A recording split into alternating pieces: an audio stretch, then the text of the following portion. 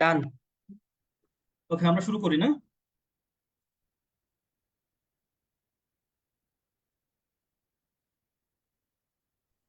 হ্যাঁ। আসসালামু আলাইকুম।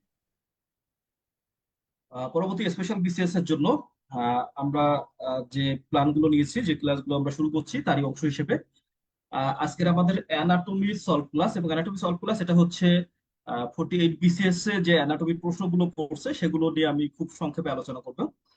তাহলে দেখি, অ্যানাটমি থেকে এখানে মোট 11টা প্রশ্ন আমি ডিসকাস করার চেষ্টা করব। প্রথম দেখি, প্রথম যে প্রশ্নটা আছে সেটা হচ্ছে the base of the heart is form mainly by, অর্থাৎ হার্টের যে বেজ আছে,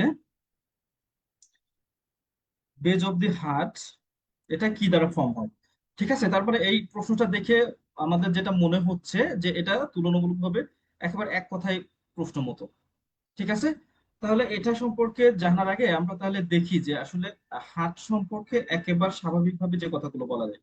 তাহলে হার্টের ক্ষেত্রে যদি আমরা দেখি খুবই মানে শুরু থেকে যদি আমরা অ্যানাটমি দেখি, তাহলে একটা হার্টের কথা যদি চিন্তা করি, তাহলে হার্টের কি কি অংশ আছে? হার্টের আছে অ্যাপেক্স, বেজ, সারফেস, বর্ডার বা মার্জিন। তাহলে এই বড় চারটা হেডলাইনে আমরা প্রথমে হার্টকে ভাগ করতে পারি। ঠিক আছে, বড় চারটা হেডলাইনে আমরা প্রথমে হার্টটাকে আমরা ভাগ করতে পারি। হ্যাঁ, এরপরে যেটা আমরা যদি দেখি, তাহলে অ্যাপেক্স এর ক্ষেত্রে আমরা সবাই জানি যে অ্যাপেক্সটা কি। অ্যাপেক্স এর ডিরেকশনটা হচ্ছে downward, forward and to the left. নিচে তারপরে যেটা আছে সেটা হচ্ছে বেজ। এই বেজটাই হচ্ছে পোস্টিরিয়র সারফেস। ঠিক আছে, তাহলে পোস্টিরিয়র সারফেস এর অন্য নাম হচ্ছে বেজ। অন্যদিকে আমরা যদি দেখি সারফেস, তাহলে তিনটা ইম্পর্টেন্ট সারফেস আছে। এগুলো হচ্ছে যে অ্যান্টিরিয়র সারফেস, ইনফিরিয়র সারফেস এবং লেফট ল্যাটারাল সারফেস। এছাড়া কয়েকটা বর্ডার আছে। এছাড়া কয়েকটা বর্ডার আছে, এবং বর্ডার গুলো কি? Superior border, inferior border, right এবং লেফট বর্ডার। তাহলে এগুলো হচ্ছে খুব সংক্ষেপে একেবারে বেসিক অ্যানাটমি। আমরা নর্মালি চিন্তা করি কি যে স্পেশাল বিসিএস মানে প্রশ্নগুলো অনেক বেশি কঠিন হবে, অনেক বেশি কঠিন হবে। বিষয়টা কিন্তু সবসময় সেরকম না। সহজ প্রশ্ন হতে পারে, মিডিয়াম হার্ড প্রশ্ন হতে পারে, আবার খুব বেশি হার্ড প্রশ্ন হতে পারে। ঠিক আছে, তাহলে আমরা দেখি এখানে একটা ছবিতে আমরা চলে আসি। এখানে হচ্ছে হার্টের পেছনের একটা ছবি দেখানো হচ্ছে, এবং পেছনের একটা ছবির মধ্যে আমরা টোটাল এই যে অংশটা দেখছি এটা হচ্ছে আমাদের posterior surface of the heart, যার অন্য নাম হচ্ছে বেজ অফ দি হার্ট। তাহলে বেজ অফ দি হার্ট বা posterior surface of the heart. তাহলে যদি আমরা দেখি, তাহলে বেজ অফ দি হার্টের কোন কোন অংশ আছে? এইটা হচ্ছে লেফট, এটা হচ্ছে লেফট অ্যাট্রিয়াম। আর এই যে অংশটা এটা হচ্ছে রাইট অ্যাট্রিয়াম। তাহলে এই অংশটুকু হচ্ছে আমাদের রাইট অ্যাট্রিয়াম, এই অংশটুকু হচ্ছে আমাদের লেফট অ্যাট্রিয়াম। এবং রাইট অ্যাট্রিয়াম কোথা থেকে আমরা দেখতে পাচ্ছি? সুপিরিয়র ভেনা কাভা থেকে ইনফিরিয়র ভেনা কাভা পর্যন্ত। তাহলে যদি বলা হয় যে বেজ অর পোস্টেরিয়র সারফেস,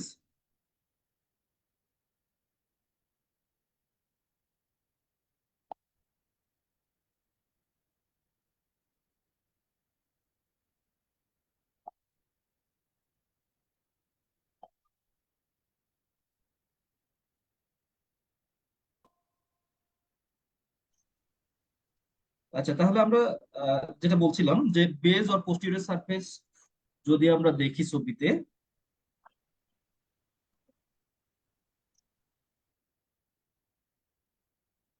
তাহলে এই ছবিতে আমরা বেজ বা পোস্টেরিয়র সারফেস যদি দেখি, তাহলে আমরা দেখব যে রাইট অ্যাট্রিয়াম যেটা আছে, এই যে রাইট অ্যাট্রিয়াম যেটা আছে, রাইট অ্যাট্রিয়াম কিন্তু ম্যাক্সিমাম জায়গা দখল করে আছে বেজের, এবং প্রায় এটা টু থার্ড, এটা টু থার্ড।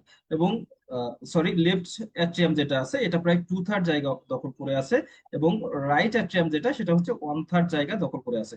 সুতরাং যদি একটা মাত্র অপশন থাকে তাহলে আমাদের অ্যান্সার চলে যাবে লেফট অ্যাট্রিয়াম। আর যদি আমাদের দুইটা অপশন থাকে তারপরে তারপরে আসবে আমাদের রাইট অ্যাট্রিয়াম, কারণ হচ্ছে ম্যাক্সিমাম পোর্শন যেটা ফরমেশন হয় সেটা হচ্ছে লেফট অ্যাট্রিয়াম দিয়ে। তাহলে দেখি এখানে base of the heart is mainly form by, এখানে বলা হচ্ছে মেইনলি ফর্ম বাই। তাহলে মেইনলি কোনটা দ্বারা ফর্ম হবে? মেইনলি ফর্ম হবে আমাদের লেফট অ্যাট্রিয়াম। ঠিক আছে, আমরা দেখি মেইনলি যেটা ফর্ম হবে সেটা হবে আমাদের এই, দেখি লেফট অ্যাট্রিয়াম দিয়ে। ঠিক আছে, এখন চিন্তা করি যে হার্টের 48তম বিসিএস থেকে হার্টের বেস থেকে প্রশ্ন চলে আসছে, তাহলে এরপরে আর কি প্রশ্ন আসতে পারে? আচ্ছা, এরপর আসতে পারে না যে বেজ অফ দি হার্ট বা পোস্টেরিয়র সারফেস অফ দি হার্টের রিলেশন? হ্যাঁ, রিলেশন তো আসতে পারে। যখন রিলেশন আসবে তখন আমাদের রিলেশন এর সাথে আমরা রিলেশন গুলো পড়ে ফেলবো। আর এই যে ছবিটা দেখছি, পরে অন্য একটা ছবিটা দেখছি যে আমরা এখানে হচ্ছে হার্টের ব্লাড সাপ্লাইটা দেখানো হয়েছে। অর্থাৎ এমন হতে পারে যে হার্টের ব্লাড সাপ্লাই থেকে একটা প্রশ্ন দিয়ে দিল, যে right coronary artery left coronary artery এদের ব্রাঞ্চ সম্পর্কে প্রশ্ন দিয়ে দিল। বা দিতে পারে যে অ্যান্টিরিয়র ইন্টারভেন্ট্রিকুলার গ্রুপে কে ব্লাড সাপ্লাই দেয়। অথবা আমার দিতে পারে যে পোস্টেরিয়র ইন্টারভেন্ট্রিকুলার গ্রুপে কে ব্লাড সাপ্লাই দেয়। তাহলে এইটা কিন্তু যে কোনো এক ধরনের প্রশ্ন চলে আসতে পারে। অর্থাৎ আমরা দেখতে পাচ্ছি যে প্রশ্ন খুব সহজ হতে পারে, আচ্ছা প্রশ্ন তো কঠিনও হতে পারে। আমরা দেখি, প্রশ্ন যদি কঠিন হয় তাহলে দিতে পারে যে ডেভেলপমেন্ট অফ দ্য হার্ট দিতে পারে, সেটাও খুব সহজে আমরা মনে রাখতে পারবো। আবার দিতে পারে যে একটা বেবি যখন জন্মগ্রহণ করলো, একটা বেবি যখন জন্মগ্রহণ করলো, তখন জন্মগ্রহণ করার সাথে সাথে তার কার্ডিওভাস্কুলার সিস্টেমে কি কি চেঞ্জ হয়, এটাও দিতে পারে। যদি কঠিন প্রশ্ন হয় এখান থেকে প্রশ্ন হবে। তাহলে এখান থেকে যদি আমরা ছবি দেখে মনে রাখি আমাদের জন্য কিন্তু এটা খুব ইজি হয়ে যাবে। তাহলে আমরা দেখি যে জন্মের আগে কি অবস্থা ছিল। যদি আমরা এই ছবিটা একটু বড় করে দেখি তাহলে আমরা দেখবো যে জন্মের আগে যেটা ছিল সেটা হচ্ছে এই আমরা দেখতে পাচ্ছি যে আম্বিলিকাল আর্টারি, এছাড়া আমরা দেখতে পাচ্ছি আম্বিলিকাল ভেন। তাহলে আম্বিলিকাল আর্টারি এবং আম্বিলিকাল ভেন এই দুইটা কি ছিল, আম্বিলিকাসের সাথে আমাদের লাগানো ছিল। তাহলে এই দুইটা যখন জন্ম হবে বা বেবি যখন বর্ন হবে তখন কি হবে, এই দুইটা ভেসেল আমাদের কি হয়ে যাবে, দুইটা ভেসেল আমাদের বন্ধ হয়ে যেতে হবে। এরপর আর একটা বিষয় দেখি, এখানে যেটা আছে সেটা হচ্ছে লিভার। লিভারের ক্ষেত্রে যেটা আছে এখানে আমরা দেখতে পাচ্ছি যে একটা স্ট্রাকচার আছে। এই যে স্ট্রাকচারটা, এটার নাম হচ্ছে ডাকটাস আর্টেরিওসাস। আসলে জন্মের আগে কি হয়, জন্মের আগে হচ্ছে মায়ের দেহ থেকে ফুড ফুড ম্যাটেরিয়াল বা নিউট্রিয়েন্ট সরাসরি আমাদের ব্লাডে প্রবেশ করে। অর্থাৎ বেবির ব্লাডে যখন সরাসরি প্রবেশ করে তখন কি ঘটনা ঘটে, বেবির কিন্তু এই যে পুরা লিভারটা আছে, লিভারটা সবচেয়ে বড় প্রসেসিং এর জন্য আসছে যে জিআইটি থেকে খাবার আসবে, তারপর সে প্রসেসিং করবে। কিন্তু ইন্ট্রাইউটেরাইন লাইফে তো তো আর এটা দরকার নাই। যখনই দরকার নাই তখন সে কি ঘটনা ঘটে, ম্যাক্সিমাম ব্লাডটাকে বাইপাস করে দেয়। ঠিক আছে, এবং এই ডাকটাস ভেনোসাস দিয়ে ম্যাক্সিমাম ব্লাডটাকে বাইপাস করে হার্টে পাঠিয়ে দেয়। তাহলে এই যে বিষয়টা যে লিভার তার নিজের বেঁচে থাকার জন্য তার নিজের অক্সিজেন এবং নিউট্রিশন যেটুকু লাগে খুব সামান্য পরিমাণ নিয়ে ম্যাক্সিমাম টুকু কি করে ডাকটাস ভেনোসাস দিয়ে বাইপাস করে দেয়। তাহলে এখানে একটা পরিবর্তন হবে। এরপর আর কি হয়, আর আমরা জানি যে ব্লাড রাইট অ্যাট্রিয়াম থেকে সরাসরি লেফট অ্যাট্রিয়াম চলে আসে। তাহলে এখানে আরেকটা চ্যানেল থাকে যেটার নাম হচ্ছে ফোরামেন ওভালি। তাহলে এটাও আমাদের কি হবে, বা ওভাল ফোরামেন, এটা কি হবে, এটাও আমার বন্ধ হয়ে যেতে হবে। এরপরে আরেকটা যে বিষয় ঘটে তখন, আর আরেকটা যে বিষয় ঘটে এখানে যেটা আছে সেটা হচ্ছে যে ডাকটাস আর্টারিওসাস। কি আছে, ডাকটাস আর্টারিওসাস। এই ডাকটাস আর্টারিওসাস দিয়ে কি ঘটে, ব্লাডটা এই ওটাতে প্রবেশ করে। তাহলে এই পাঁচটা জায়গা যেটা আছে এই পাঁচটা জায়গা কিন্তু যদি প্রশ্ন একটু হার্ড করে, প্রশ্ন যদি একটু কঠিন হয় তাহলে এখান থেকেও কিন্তু প্রশ্ন হতে পারে। আবার ডেভেলপমেন্ট অফ দ্য হার্ট থেকেও প্রশ্ন হতে পারে। কিন্তু সেগুলো আমাদের জন্য আমরা যদি ছবি দেখে মনে রাখি আমাদের জন্য কিন্তু খুবই সহজ হবে। তাহলে নিচে একটা ছবি দেখি, এই ছবিটা যদি দেখি তাহলে জন্মের পরে বা আফটার বার্থ কি কি ইম্পর্টেন্ট পরিবর্তন ঘটে আমরা যদি দেখি তাহলে আমরা দেখবো এই দুইটা যেটা আছে সেটা হচ্ছে আম্বিলিকাল আর্টারি। এবং আমরা দেখছি যে এক্ষেত্রে সেটা চেঞ্জ হয়ে নাম, কি নামে পরিবর্তন হয়েছে, সে পরিবর্তন হয়েছে মিডিয়াল আম্বিলিকাল লিগামেন্ট। অন্যদিকে লিগামেন্টাম টেরিস হেপাটিসে চেঞ্জ হয়ে গেছে ভেইনটা। এই গেল। এরপরে আর ইম্পর্টেন্ট কি পরিবর্তন হবে, এরপরে আমরা যদি দেখি যে এই যে ফোরামেন ওভালি ছিল, ফোরামেন ওভালিটা কি হবে, এটা ক্লোজ হয়ে যাবে। ফোরামেন ওভালি যেটা আছে এটা ক্লোজ হয়ে যাবে। আর অন্যদিকে যেটা আমাদের ছিল যে ডাকটাস আর্টেরিয়াস, এটা ক্লোজ হয়ে কি তৈরি করবে, লিগামেন্টাস আর্টেরিয়াস। তাহলে এই যে ইম্পর্টেন্ট পরিবর্তনগুলো হলো, এই পরিবর্তনগুলো আমাদের আমরা যদি ছবি দেখি তাহলে খুব সহজেই আমরা মনে রাখতে পারবো। মূলত অধিবেশনের ক্ষেত্রে প্রশ্ন ঘটে যে কোন কোন জায়গায় পরিবর্তন ঘটে, এই নামগুলো চায় না। যদি কোন কোন জায়গায় পরিবর্তন ঘটে সেক্ষেত্রে আমরা সরাসরি কি বলবো যে আম্বিলিকাল আর্টারিতে পরিবর্তন ঘটে, আম্বিলিকাল ভেনে পরিবর্তন ঘটে, ডাকটাস আর্টেরিওসাসে পরিবর্তন ঘটে, ডাকটাস ভেনোসাসে পরিবর্তন ঘটে, এছাড়া ফোরামেন ওভালি যেটা আছে। ঠিক আছে, তাহলে এই ইম্পর্টেন্ট পাঁচটা জায়গায় আমাদের চেঞ্জ হয়। যদি বলে যে এটা চেঞ্জ হয়ে কি ফেট হয়, যদি এই প্রশ্নটা কম আসে তাহলে আমরা এই জিনিসগুলো এখান থেকে মনে রাখবো। আচ্ছা, তাহলে প্রথম প্রশ্ন শেষ। এরপর হচ্ছে আমরা 2 নম্বর প্রশ্ন আসবে। 2 নম্বর প্রশ্ন যেটা আসবে সেটা হচ্ছে part of the parasympathetic nervous system is. অর্থাৎ এটাও খুব এক কথায় প্রশ্ন যে একটা প্যারাসিম্পেথেটিক নার্ভাস সিস্টেমের পার্ট কি কি। আচ্ছা, আমাকে কি শোনা যায়, একজন একটু বলতে হবে, আমাকে কি শোনা যাচ্ছে? জি ভাইয়া, শোনা যাচ্ছে ক্লিয়ার। আচ্ছা আচ্ছা, ঠিক আছে নাইমু, থ্যাংক ইউ। তাহলে আমরা দেখব যে সিম্প্যাথেটিক এবং প্যারাসিম্প্যাথেটিক নার্ভাস সিস্টেম, এবং এটা এমন একটা জায়গা যেখান থেকে আহ বিভিন্ন সময় প্রশ্ন আসে। তাহলে এইটা বোঝার জন্য আমাদের জাস্ট এই দুইটা ছবি আমরা দেখে ফেলবো। এখান থেকে দুইটা ছবি দেখবো এবং এগুলো বর্ণনা দেখবো। দুইটা ছবি এবং বর্ণনা দেখে আমরা সহজেই মনে রাখবো সিম্প্যাথেটিক এবং প্যারাসিম্প্যাথেটিক সিস্টেমটা কি। তাহলে উপরে যেটা আসে এটা হচ্ছে যে সিম্প্যাথেটিক। আমি একটু ছোট করে জাস্ট লিখে রাখি যে সিম্প্যাথেটিক। সিম্প্যাথেটিকের ক্ষেত্রে কি হচ্ছে, একজন মানুষ দৌড়াচ্ছে, একজন মানুষ খুবই খুবই দৌড়াচ্ছে, একজন মানুষ দৌড়াচ্ছে। ঠিক আছে, কেন? তার পেছনে একটা লায়ন আছে, তার পেছনে একটা লায়ন আছে, এই জন্য একটা মানুষ দ্রুত দৌড়াচ্ছে, এবং এটা হচ্ছে সিম্প্যাথেটিক। তাহলে সিম্প্যাথেটিক আমরা সিম্প্যাথেটিকের অন্যভাবে বলতে পারি যে সিম্প্যাথেটিক কি জিনিস, এটা হচ্ছে ফাইট অ্যান্ড ফ্লাইট রেসপন্স। কি জিনিস? এটা হচ্ছে fight or flight response. Fight মানে কি হয়, ফাইট কি, ফাইট হচ্ছে হয় তুমি আক্রমণ করো অথবা দৌড়াও। এখানে আমরা দেখছি যে যখন সিংহ তাকে তাড়া করছে তখন সে দ্রুত দৌড়াচ্ছে। ঠিক আছে, তাহলে এই দ্রুত পরিবর্তনের দৌড়ানোর জন্য যে যে পরিবর্তন হওয়া দরকার সেগুলো কিন্তু সবই সিম্প্যাথেটিকের পার্ট, সেগুলো সবই সিম্প্যাথেটিক পার্ট। আরেকটা হতে পারতো যে ফাইট করতে পারতো, অর্থাৎ এই যে প্রাণীটা আসছে এটার সাথে সে ফাইট করতে পারতো। তাহলে ফাইট অ্যান্ড ফ্লাইট এটা হচ্ছে সিম্প্যাথেটিক সিস্টেম। অন্যদিকে আমরা যদি এখানে 2 নম্বর ছবিটা দেখি তাহলে আমরা দেখছি যে একজন মানুষ বসে আছে সুন্দর করে, এবং সে খাওয়া দাওয়া করে বসে আছে। আহ মানে সে খুব আরামে আছে। তাহলে এই যে আরাম থাকা, আরাম থাকাটা হচ্ছে প্যারাসিম্পেথেটিক। আরাম থাকাটা হচ্ছে প্যারাসিম্পেথেটিক। আমি ডিটেলসে আসবো যে এই বিভিন্ন টপিকস গুলো যখন আসে তখন আমরা কিভাবে বর্ণনা করবো। আচ্ছা দেখি, তাহলে এটা দেখার জন্য আমরা দুইটা জিনিস একটু স্পেশালি মনে রাখবো। দুইটা না, অ্যাকচুয়ালি একটা জিনিস মনে রাখলেই, একটা তো আমি ছবিতে দেখাই দিলাম, আরেকটা এখান থেকে আরেকটা জিনিস মনে রাখলেই আমাদের অলমোস্ট 90% সিম্প্যাথেটিক প্যারাসিম্প্যাথেটিক কাভার হয়ে যাবে। একটা হচ্ছে যে আমরা দেখতে পাচ্ছি সিম্প্যাথেটিকটা হচ্ছে থোরাসিক 1 থেকে লাম্বার 2, অর্থাৎ সিম্প্যাথেটিকটা হচ্ছে থোরাকো লাম্বার। কি নাম? সিম্প্যাথেটিকটা হচ্ছে থোরাকো লাম্বার, অর্থাৎ এ থাকবে থোরাসিক রিজনে এবং লাম্বার রিজনে। তাহলে আমি দেখি, এটা হচ্ছে থোরাকো লাম্বার, থোরাকো লাম্বার অর্থাৎ থোরাসিক রিজনে এবং লাম্বার রিজনে। অর্থাৎ এর যত রুট আছে এটা হচ্ছে থোরাসিক রিজন এবং লাম্বার রিজনে থাকবে, এর বাইরে অন্য কোথাও থাকবে না। তাহলে আমার যদি হাতে সাপ্লাই দিতে হয় তাহলে থোরাসিক 1 থেকে উপরে উঠে সে হাতে আসবে। আমার যদি মাথার দিকে কোনো সাপ্লাই হয় তাহলে থোরাসিক 1 থেকে উপরে উঠে মাথায় সাপ্লাই দিবে। অনুরূপ ভাবে লাম্বার 2 তে গিয়ে শেষ, এবং পায়ে যদি কোনো সিম্প্যাথেটিক সিস্টেম সাপ্লাই দেয় তাহলে এই লাম্বার 2 এর দিক থেকে যাবে, অর্থাৎ নিচের দিক থেকে যাবে। তাহলে এই বিষয়গুলো আমাদের মনে রাখতে হবে যে সিম্প্যাথেটিক সবসময় থোরাসিক এবং লাম্বার এর বাইরে কোনো জায়গা থেকে তৈরি হবে না। আর প্যারাসিম্প্যাথেটিকটা যেটা আছে, প্যারাসিম্প্যাথেটিকটা হচ্ছে ক্রেনিও স্যাক্রাল। কি নাম? ক্রেনিও স্যাক্রাল, অর্থাৎ ক্রেনিয়াম থেকে তৈরি হবে, অর্থাৎ ব্রেন থেকে কিছু আসবে, আর স্যাক্রাম থেকে আসবে, স্যাক্রাল রিজন থেকে আসবে।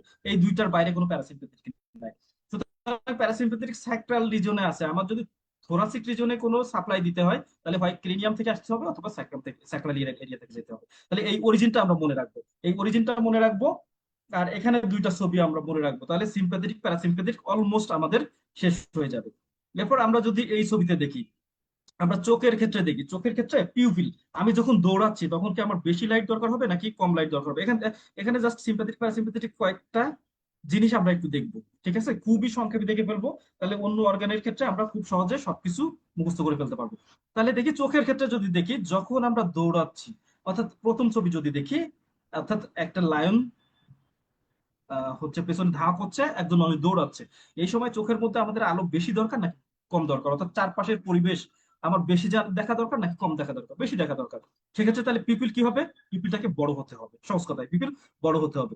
নিচের দিকে চলে আসি, mucous membrane of the nose. আমি কি চাবো সেই সময় যে আমার মিউকাস মেমব্রেনটা খুব বেশি পরিমাণ নাক থেকে মিউকাস মেমব্রেন বের হোক?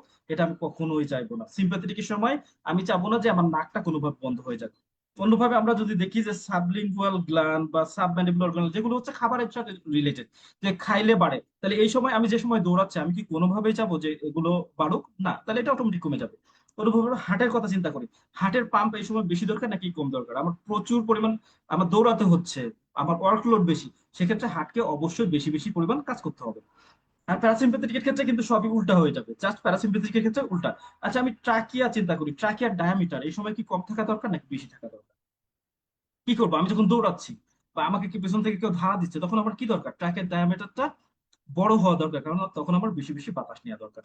অনুরূপভাবে যদি আমরা চিন্তা করি যে স্টোমাক, আমি কি চাইবো যে তখন এমন হতে পারে যে আধা ঘন্টা আগে আমি খেয়ে ফেলছি, আচ্ছা সে খাওয়ার পরে আমি কি চাইবো যে স্টোমাকে এখন আমার কি হোক, ডাইজেস্ট হোক, আমি দৌড়াবো না, আমি ডাইজেস্টই করবো, এরকম কিছু না। সুতরাং জিআইটির সমস্ত ফাংশন এখানে কমে যাবে। জিআইটির যত ফাংশন আছে, যত হরমোন রিলিজ আছে, সবই মুহূর্তের মধ্যে কমে যাবে। ঠিক আছে। অনুরূপভাবে আমরা যদি দেখি যে ব্লাডারের ক্ষেত্রে কি হবে, ব্লাডারের স্ফিংটার, এক্সটার্নাল স্ফিংটার যেটা কি, সেটা কি হবে, এক্সটার্নাল স্ফিংটারটা টাইট হয়ে থাকবে। কেন টাইট হয়ে থাকবে, যেন সেই মুহূর্তে আমাদের কি হয়, ইউরিনেশন না হয়, সেই সময় ইউরিনেশন না হয়। তাহলে এইভাবে যদি এই একটা ছবি মনে, এই দুইটা ছবি মনে রাখি, তাহলে আমাদের কিন্তু সিম্প্যাথেটিক প্যারাসিম্প্যাথেটিক শেষ। আচ্ছা, এরপর যে প্রশ্নটা আছে, আমরা প্রশ্নটা একটু দেখে ফেলি। এখানে প্রশ্নে কি বলা হচ্ছে, part of the parasympathetic nervous system is, অর্থাৎ কোনটা প্যারাসিম্প্যাথেটিক নার্ভাস সিস্টেমের পার্ট। আমরা বলছিলাম এটা সোর্স হবে দুইটা, একটা হচ্ছে cranio sacral, cranio sacral, cranio sacral. এখানে ক্রেনিয়ামে কত নাম্বার নার্ভ থাকে, এটা হচ্ছে 3, 7, 9, 10, 3, 7, 9, 10, এবং স্যাক্রালের ক্ষেত্রে স্যাক্রাল 2, 3 এবং স্যাক্রাল 4। তাহলে এখানে যে অপশন গুলো আছে, অপশন গুলো আমরা দেখি। একটা হচ্ছে যে celiac ganglia, cervical ganglia, ciliary ganglion এবং স্যাক্রাল গ্যাংলিয়ন। এখানে কিছু গ্যাংলিয়নের নাম দেওয়া আছে, তবে ইম্পর্টেন্টলি আমরা মনে রাখতে হবে যে স্যাক্রাল গ্যাংলিয়ন নামে কিন্তু কোনো গ্যাংলিয়ন নাই। এখানে S2, 3, 4 থেকে অরিজিন হয়, কিন্তু স্যাক্রাম নামে কোনো গ্যাংলিয়ন নাই। এখানে মূলত সুপিরিয়র হাইপোগ্যাস্ট্রিক এবং ইনফিরিয়র হাইপোগ্যাস্ট্রিক গ্যাংলিয়ন অথবা প্লেক্সাস থাকে, কিন্তু স্যাক্রাল গ্যাংলিয়ন নামে কোনো গ্যাংলিয়ন নাই। আচ্ছা, আমরা দেখি যে সিলিয়াক, সিলিয়াক গ্যাংলিয়ন, আমরা বলছিলাম যে থোরাকো লাম্বার রিজনে হবে। সিলিয়াক গ্যাংলিয়ন, সার্ভাইকাল গ্যাংলিয়ন, এই যে গ্যাংলিয়ন, এই দুইটা কিন্তু সিম্প্যাথেটিক গ্যাংলিয়ন। আর যেটা সিলিয়ারি গ্যাংলিয়ন, এটা হচ্ছে আমাদের প্যারাসিম্প্যাথেটিক গ্যাংলিয়ন। কারণ আমরা বলছিলাম প্যারাসিম্প্যাথেটিক কোনটা থেকে তৈরি হয়, 3, 7, 9, 10 থেকে। তাহলে দেখি আমাদের অ্যান্সার হচ্ছে সিলিয়ারি গ্যাংলিয়ন। ঠিক আছে, কারণ এই যে 3, 7, 9, 10 এদের প্রত্যেকের কিন্তু গ্যাংলিয়া আছে, এবং এই গ্যাংলিয়া গুলোর নামগুলো আমাদের পড়ে ফেলতে হবে। আমরা যখন পড়াশোনা করবো ডিটেলসে, তখন এই গ্যাংলিয়া গুলোর, অর্থাৎ 3, 7 এবং 9, 10 এদের যে গ্যাংলিয়া আছে, এই গ্যাংলিয়া গুলোর নাম আমরা পড়ে ফেলবো। তাহলে এভাবে আমরা পড়ে ফেলবো। এটা হচ্ছে খুব সহজ একটা টার্মের প্রশ্ন। এখন কথা হচ্ছে, এক্সামিনার মনে করলো যে এবার এই প্রশ্নটা আমি একটু কঠিন দিব, বা এই রিজন থেকে প্রশ্ন কঠিন দিব, তখন এই ফাংশন গুলো চলে আসবে। আর ফাংশন গুলো একটা একটা করে মনে রাখা আমাদের জন্য খুবই কঠিন, কিন্তু আমরা যদি দুইটা ছবি দিয়ে সবকিছু মনে রাখি, আমাদের জন্য এটা কিন্তু খুবই খুবই সহজ হবে। আচ্ছা, এরপর 3 নম্বর একটা প্রশ্ন আমাদের সামনে আছে, যে the largest tributary drain in inferior vena CAVA. ঠিক আছে, এই প্রশ্নটা নিয়ে একটু কনফিউশন আছে, তারপর যেটাই কনফিউশন থাকুক আমাদের জন্য সমস্যা হবে না। যেটা বলা হচ্ছে যে largest tributary of the inferior vena CAVA, অর্থাৎ ইনফিরিয়র ভেনা কাভার সবচেয়ে বড় ট্রাইবিউটারিজ কোনটা।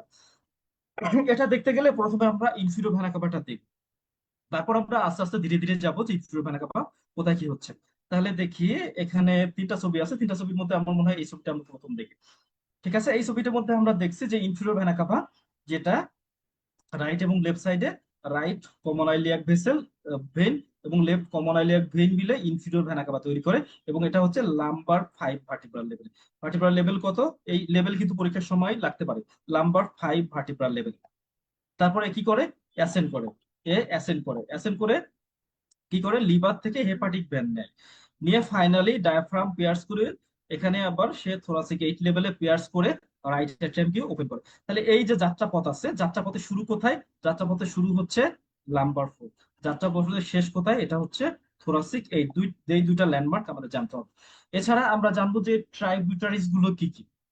ট্রাইবিউটারিজ গুলো সহজে মনে রাখার যে বিষয়, সেটা হচ্ছে এই ট্রাইবিউটারিজ গুলো, আমরা অ্যাবডোমিনাল অ্যাওর্টার যে ল্যাটারাল ব্রাঞ্চ গুলো পড়ছিলাম না, অ্যাবডোমিনাল অ্যাওর্টার কিছু যে ল্যাটারাল ব্রাঞ্চ ছিল, এই ল্যাটারাল ব্রাঞ্চ গুলোই কিন্তু এই ইনফিরিয়র ভেনা কাভায় ড্রেন করে। ল্যাটারাল ব্রাঞ্চ গুলোর নাম কি আমাদের মনে আছে, আমরা যদি আরেকটু দেখি, তাহলে ইনফিরিয়র ফ্রেনিক, একটু মনে করলেই খুব সহজে মনে হবে, মিডিল সুপ্রারেনাল, রেনাল এবং গোনাডাল, গোনাডাল, এবং এই চারটাই কিন্তু এটা ট্রাইবিউটারি। তবে এই ছাড়াও আরো কিছু ট্রাইবিউটারিজ আছে। ঠিক আছে, আমরা দেখে ফেলি কি কি ট্রাইবিউটারিজ আছে। তাহলে দেখি এখান থেকে, যদি আমরা দেখে ফেলি, তাহলে এই যে ইনফিরিয়র ফ্রেনিক, তারপরে সুপ্রারেনাল, গোনাডাল এবং রেনাল। ঠিক আছে, তাহলে এই যে এগুলো হচ্ছে ছিল আমার ল্যাটারাল ব্রাঞ্চ। এছাড়াও আরো কি কি ব্রাঞ্চ আছে আমরা এখানে দেখতে পারি। আরো যে ব্রাঞ্চ গুলো আছে, এর মধ্যে আছে কমন আইলিয়াক, যেটা দিয়ে ফর্মেশন হচ্ছে লাম্বার থার্ড এবং ফোর্থ লাম্বার যেটা সেটা আসবে এবং হেপাটিক ভেন আসবে। তাহলে খুব সহজেই আমরা কিন্তু অ্যাবডোমিনাল অ্যাওর্টার সাথে যদি বিলাই মনে রাখি সহজে মনে রাখবো। তবে এখানে একটু টুইস্ট আছে। একটু টুইস্ট যেটা সেটা হচ্ছে যে রাইট গোনাডাল ভেন যেটা এইটাই কিন্তু শুধু আইবিসি তে ড্রেন করবে, এবং রাইট সুপ্রারেনাল ভেন যেটা এটাই কিন্তু ডাইরেক্টলি আইবিসি তে ড্রেন করবে, এবং লেফট সাইডের কিন্তু ড্রেন করবে না। এই এবং এই যেহেতু টুইস্ট আছে, প্রশ্ন একটু কঠিন হলে কিন্তু এখান থেকেও প্রশ্ন হতে পারে। ঠিক আছে। এবং এক্ষেত্রে আমরা এই ছকে কিন্তু দেখে ফেলছি যে লার্জেস্ট ট্রাইবিউটারিস কোনটা, লার্জেস্ট ট্রাইবিউটারিস হচ্ছে হেপাটিক ভেন। আরো দুইটা একটা ছবি আমরা দেখবো সুবিধার জন্য, যাতে আমাদের জন্য সহজ হয়ে যায়। তাহলে এই ছবিটা আমরা দেখি, এই ছবিটা আমরা যদি দেখি তাহলে এখান থেকে এই পর্যন্ত এটাই কিন্তু, সরি, এখান থেকে এই পর্যন্ত এটাই কিন্তু আমাদের সেই ইনফিরিয়র ভেনা কাপা। ঠিক আছে। আর এই অংশটা হচ্ছে পোর্টাল ভেন, এবং পোর্টাল ভেন কোনটা, পোর্টাল ভেনটা হচ্ছে আমরা যে অ্যাবডোমিনাল অ্যাওর্টার অ্যান্টিরিয়র যে ব্রাঞ্চ গুলো পড়ছিলাম এটা কিন্তু পোর্টাল ভেনের সাথে করেসপন্ড করবে। সুতরাং সহজে আমাদের যখন অ্যাবডোমিনাল অ্যাওর্টা হয়ে যাবে ইনফিরিয়র ভেনা কাপা, তখন কিন্তু আলাদা করে পড়া কোনো ওইভাবে দরকার হয় না। আবার আমাদের যখন ইনফিরিয়র ভেনা কাপা পড়া হয়ে গেল তখন কিন্তু অ্যাবডোমিনাল অ্যাওর্টা আমাদের জন্য খুব ইজি হয়ে যাবে। তাহলে এই যে পোর্টাল সিস্টেমটা টোটালটাই হচ্ছে অ্যাবডোমিনাল অ্যাওর্টার অ্যান্টিরিয়র ব্রাঞ্চের সাথে করেসপন্ড করবে। ঠিক আছে। আর ইনফিরিয়র ভেনা কাপা কোথায় কি করবে, ইনফিরিয়র ভেনা কাপাটা ল্যাটারাল ব্রাঞ্চ গুলোর সাথে আমার করেসপন্ড করবে। তাহলে এই ছবিতে আমরা দেখি এটা হচ্ছে সেই ইনফিরিয়র ভেনা কাপা, যেটা right hand left common leg vein দ্বারা ফর্মেশন হয়। এটা অ্যাসেন্ড করে এই বিভিন্ন ট্রাইবিউটারিস রিসিভ করে, যখন এর লিভারের কাছে যায় তখন হচ্ছে হেপাটিক ভেনকে রিসিভ করে ফাইনালি কি করে, এই ডায়াফ্রামটা পিয়ার্স করে থোরাসিক এইট ভার্টিব্রাল লেভেলে, এবং ফাইনালি রাইট অ্যাট্রিয়ামে ওপেন করে। তাহলে এই যে ব্রাঞ্চ গুলো আমরা দেখছি, ব্রাঞ্চ গুলোর মধ্যে মূলত রেনাল আর্টারিটা ছবিতে একটু বড় মনে হয়, কিন্তু আসলে অ্যান্সারটা হবে লার্জেস্ট ট্রাইবিউটারি অফ আইবিসি, এটা হবে আমাদের এই হেপাটিক ভেন। ঠিক আছে। এছাড়া আরো কিন্তু এই এই এক ছবিতেই কিন্তু আমাদের অনেক কিছু আছে। এখানে ভেইনের পজিশন কি, বিশেষ করে এই পজিশনটা যখন আমরা রেনাল অ্যানাটমি পড়বো তখন এই রিলেশনটা খুবই খুবই লাগবে। অর্থাৎ এই সামনে থেকে পেছনের রিলেশনটা আমরা লাগবে সে সময়, যখন টপিক আসবে আশা করি আমরা সেগুলো পড়ে ফেলবো। আপাতত আমরা দেখে ফেলি এই ছবিগুলা। এবং এখানে এই আর একটা ছবি যেটা খুবই খুবই লাগে, মানে খুবই প্রয়োজন হয় যেটা, সেটা হচ্ছে এই অংশটা আমরা যদি দেখি তাহলে এই যে লেফট রেনাল ভেনে আরো দুইটা ভেন ওপেন করে, ইম্পর্টেন্ট দুইটা ভেন ওপেন করে। এবং এই দুইটা ভেন কি, এটা হচ্ছে লেফট সুপ্রারেনাল ভেন আর একটা হচ্ছে লেফট গোনাডাল ভেন। ঠিক আছে। সুতরাং এই ছবিটা আমাদের মনে রাখতে হবে। এখানে দুইটা ছবি আমাদের জন্য গুরুত্বপূর্ণ, একটা হচ্ছে এই রিলেশনটা অর্থাৎ আষাঢ়ি ভেনের রিলেশন, দুই নম্বর যেটা সেটা হচ্ছে লেফট রেনাল ভেন অতিরিক্ত কোন দুইটা ভেনকে রিসিভ করে। তাহলে এখান থেকে কিন্তু অনেক সময় প্রশ্ন হতে পারে। প্রশ্ন একটু টাফ করলে, একটু কঠিন যদি যায়, তাহলে এই রিলেশন গুলো আমাদের মনে রাখতে হবে। আচ্ছা, এরপরে 4 নাম্বারটা, আচ্ছা এটার অ্যান্সারটা তো দেখানো হলো না, অ্যান্সার অলরেডি আমরা জেনে ফেলছি। তারপর দেখে ফেলি, এটা হচ্ছে যে হেপাটিক ভেন। এরপরে যেটা আছে সেটা হচ্ছে যে 4 নম্বর আরেকটা প্রশ্ন আমরা দেখি। 4 নম্বর প্রশ্ন যেটা, সেটা বলছে যে most actively growing area of the long বোন, অর্থাৎ একটা লং বোনের সবচেয়ে অ্যাক্টিভ গ্রোয়িং এরিয়া কোনটা। ঠিক আছে। অর্থাৎ একটা লং বোন যদি আমরা দেখি তাহলে একটা লং বোনের কোন জায়গাটা থেকে বেশি গ্রো করে। ঠিক আছে। তাহলে আমরা দেখি, এটা দেখার জন্য প্রথমে আমাদের একটা লং বোন দেখতে হবে। তাহলে আমরা এটা একটা লং বোন দেখি, এবং একটা লং বোনকে আমরা বর্ণনা করতে গেলে, একটা লং বোনের প্রথম বলে নেই 4টা পার্ট, এবং মাঝখানের যে পার্টটা সেটা হচ্ছে ডায়াফাইসিস। মাঝখানের পার্টটার নাম হচ্ছে ডায়াফাইসিস। এবং এই ডায়াফাইসিস থেকে একদিকে আরো 3টা পার্ট আছে, অন্যদিকে আরো 3টা পার্ট আছে। ঠিক আছে। তাহলে সেই পার্টগুলো আমরা দেখি। আরেকটু যদি উপরে যাই তাহলে মেটাফাইসিস, আমরা দেখবো মেটাফাইসিস, তার উপরে আছে এপিফাইসিয়াল কার্টিলেজ বা epiphyseal plate or growth plate, তার উপরে আছে এপিফাইসিস। আবার নিচের দিকে যদি আমরা চিন্তা করি তাহলে ডায়াফাইসিসের নিচে হচ্ছে মেটাফাইসিস, তারপরেই আছে এপিফাইসিয়াল কার্টিলেজ।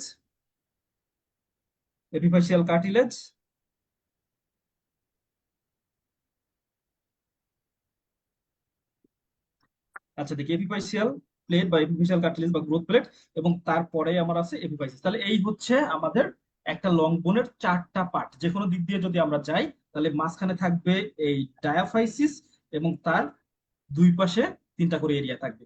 ঠিক আছে। তাহলে এই যদি দেখি, তাহলে আমরা উপর থেকে যদি দেখি যে এই যে এপিফাইসিস আছে, এটা হচ্ছে একটা হার্ড পার্ট, তার নিচে আছে এপিফাইসিয়াল প্লেট, এই যে অংশটা এপিফাইসিয়াল প্লেট, যার অন্য নাম হচ্ছে গ্রোথ প্লেট। তাহলে এই যে এপিফাইসিয়াল প্লেট বা গ্রোথ প্লেট, এটাই কিন্তু সবচেয়ে বেশি গ্রোয়িং এরিয়া, এটাই কিন্তু সবচেয়ে বেশি গ্রোয়িং এরিয়া। কারণ আমরা জানি যে এই কার্টিলেজ থেকে মূলত দুই পাশে বোন তৈরি হতে থাকে। ঠিক আছে, তাহলে এটাই হলো সবচেয়ে বড় এরিয়া। তাহলে এখানে কিছু ডেফিনিশন দেওয়া হয়েছে মূলত ওইগুলাই, এখানে আর যেটা আছে অতিরিক্ত আমাদের আহ, তেমন কিছুই লাগে না। তাহলে আমরা দেখি যে most growing area epiphyseal plate, এই লাইনটা বারবার আসবে এবং বারবার লাগবে যে এপিফাইসিয়াল প্লেটটা হচ্ছে মোস্ট গ্রোয়িং এরিয়া, এবং এটা হচ্ছে লংগিটিউডিনাল গ্রোথের জন্য দায়ী। তাহলে আমরা দেখি যে কি কি আছে বাইরে থেকে ভিতরে: এপিফাইসিস, এপিফাইসিয়াল প্লেট, মেটাফাইসিস এবং ডায়াফাইসিস। ঠিক আছে, এরপর হচ্ছে এখান থেকে আমরা একটু দেখে নিব। কথা হচ্ছে যে এখান থেকে প্রশ্নটা আর একটু যদি ঘুরাই দেয় তাহলে কি ঘটনা ঘটবে। ঘুরাই দিলে দিতে পারে কি, direction of the nutrient foramen কোন দিকে। ঠিক আছে, direction of the nutrient foramen কোন দিকে, তাহলে কোন দিকে আমরা এই ছবিটা যদি দেখি, তাহলে এই ছবিটা দেখি এবং এর নিচে একটা জাস্ট নিমোনিক দেওয়া আছে। নিমোনিকটা যদি আমরা দেখি যে to the elbow I go and from the knee I flee, অর্থাৎ নিউট্রিয়েন্ট ফোরামেন আপার লিম্বের ক্ষেত্রে হবে এলবো জয়েন্টের কাছাকাছি, এলবো জয়েন্টের কাছাকাছি, আর লোয়ার লিম্বের ক্ষেত্রে হবে যে নি জয়েন্ট থেকে দূরে। তাহলে এটাই হচ্ছে আমার নিউট্রিয়েন্ট ফোরামেন। ঠিক আছে, এবং নিউট্রিয়েন্ট ফোরামেনের সাথে গ্রোথ ইন যেটা আছে, গ্রোথেনটা হবে অপোজিট, গ্রোথেনটা হবে অপোজিট। তাহলে এখান থেকে এই দুইটা ছবি থেকে কিন্তু আমরা আরো অনেকগুলো ইনফরমেশন পেয়ে গেলাম। তাহলে দেখি এটার অ্যান্সার কি হবে। অ্যান্সার আশা করি এখন আর সব কথা না, এটা হচ্ছে epiphyseal cartilage or epiphyseal plate, plate বা এপিফাইসিয়াল কার্টিলেজ। এবং এই এপিফাইসিয়াল কার্টিলেজ যাদের আগে ফিউশন হয়ে যায় বা আগে এগুলো বোনসে পুরাটাই কনভার্ট হয়ে যায়, তাদের কিন্তু গ্রোথটা স্টপ হয়ে যায়।